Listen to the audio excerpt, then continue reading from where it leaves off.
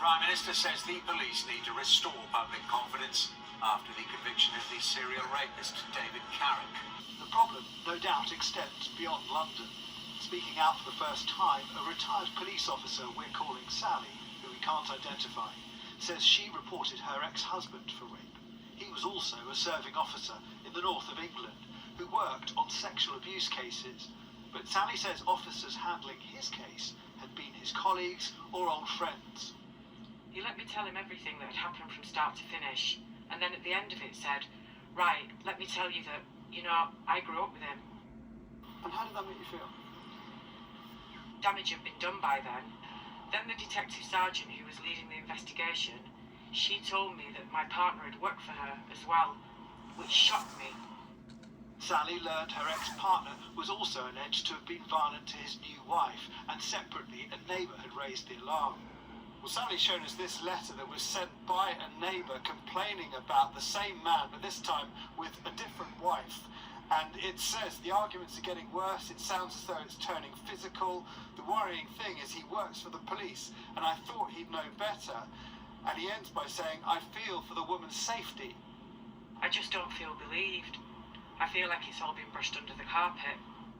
Charges were eventually dropped against Sally's husband, and he kept his job until retirement.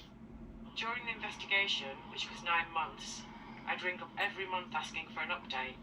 And apparently I was needy, because I was always on the phone wanting to know what was happening. If it happened to me again, I wouldn't report it. I found the investigation was more traumatic than the actual incident. Do you think that the police service is institutionally sexist?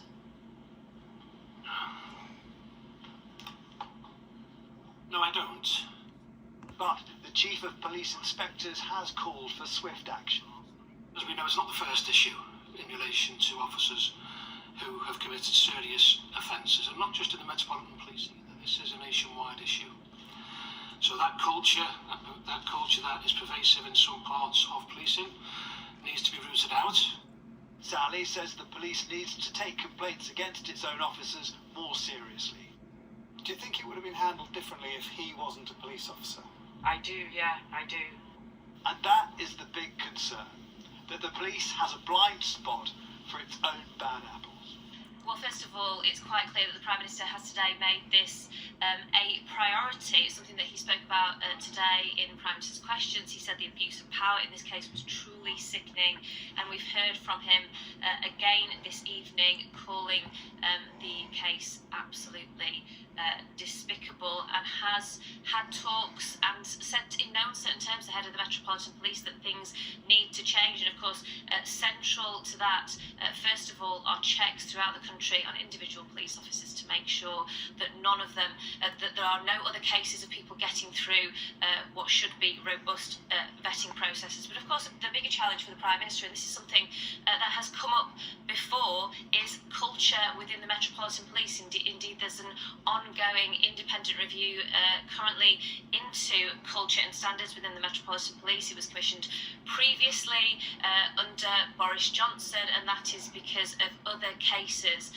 similar to this. This is not, of course, the first absolutely atrocious case which has thrown a light onto this issue. And that interim report, when it came out, suggested that there were real problems with internal disciplinary processes within the Metropolitan Police. We'll hear more on that in March. But today, the Prime Minister really taking hold of this issue and saying to the Met in no uncertain terms, you need to act now to make sure that we never have one of these horrendous cases come up again. Westminster, thank you very much. A disgrace to his uniform, serial rapist David Carrick is also another alarm bell that police vetting has failed. The Prime Minister met with the Met Commissioner, who revealed this week that more than 1,000 of his officers remain in service despite allegations of sexual or domestic abuse. Now the Home Office wants all police forces to check their own against national police databases. I've just had a constructive meeting with the Commissioner of the Metropolitan Police and made clear to him, and he agrees, that the abuse of power that we've seen this week is absolutely despicable and it needs to be addressed immediately.